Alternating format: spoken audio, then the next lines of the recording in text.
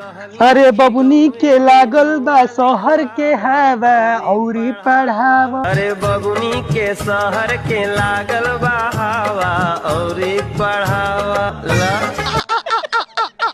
जी हाँ, अगर आज मैं कुछ करूंगा तो वो ज्योति का करूंगा।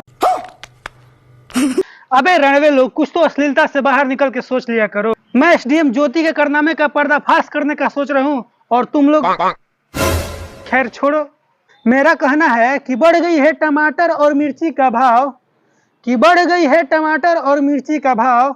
और लड़की सब के बाद क्या करिए हमारे भाई, अब तो दो चार लड़का के माइयों के आ जाता था। क्या बात है सर, क्या बात है सर। वीडियो स्टार्ट करने से पहले पूछ लेते हैं अपना जनता जनार्दन से हाल तका हाल बा। ठीक बा, तो चलो ना यार स्टार्ट करते नहीं बिना कोनो देरी के आज की बकचोदी। अगर आप लोग अभी तक इनके बारे में नहीं जानते हैं तो हम बता दे रहे हैं।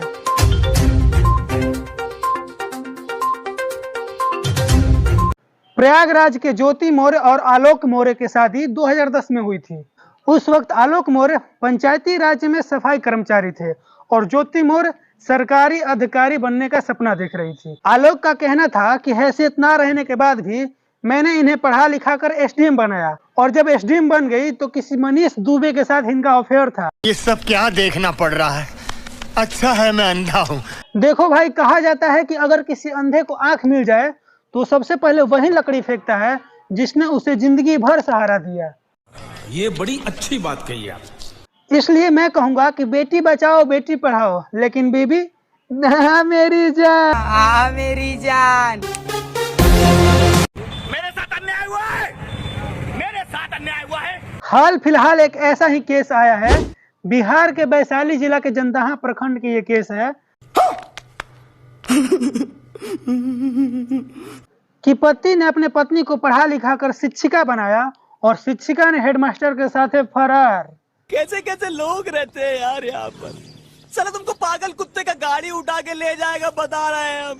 अच्छा ये बता भाई, तू जब शादी करेगा तो अपनी पत्नी को पढ़ाएगा कि नहीं? भाई मैं तो ये सोच रहा हूँ कि मैं शादी करूँ या ना करूँ। Are you comedy me? आप लोग का क्या राय है कमेंट बॉक्स में जरूर बताइएगा।